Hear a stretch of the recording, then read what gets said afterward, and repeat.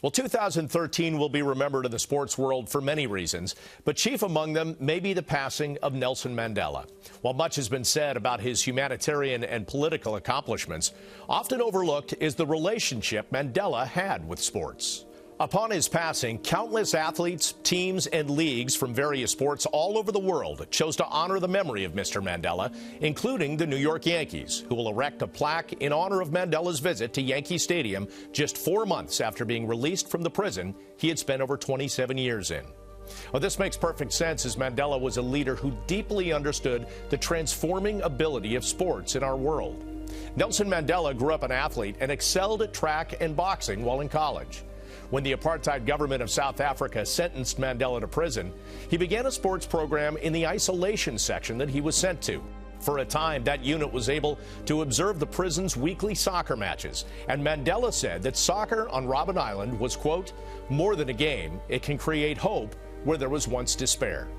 In response, the prison officials built a wall around the isolation unit so that the isolated prisoners could no longer get enjoyment from those games. But try as they might, they were unable to stamp out his hope. After he was freed from prison and elected to the presidency, Mandela was able to forgive his jailers. And when he wanted to show that white and black South Africans could live together, he used the 1995 Rugby World Cup championship that South Africa had won to make a statement.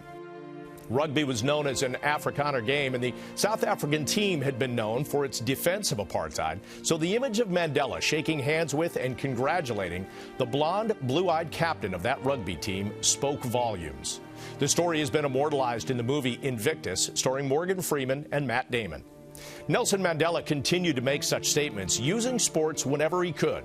And after having been banned from international competition for so long, South Africans began to unite in support of their teams and athletes, no matter their color.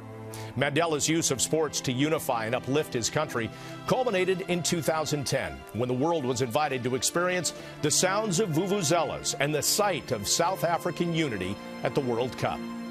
Mandela had led his country to a promised land that many had thought impossible. He had created hope where there was once despair. Nelson Mandela's life may be over, but his fighting spirit continues to lead the way.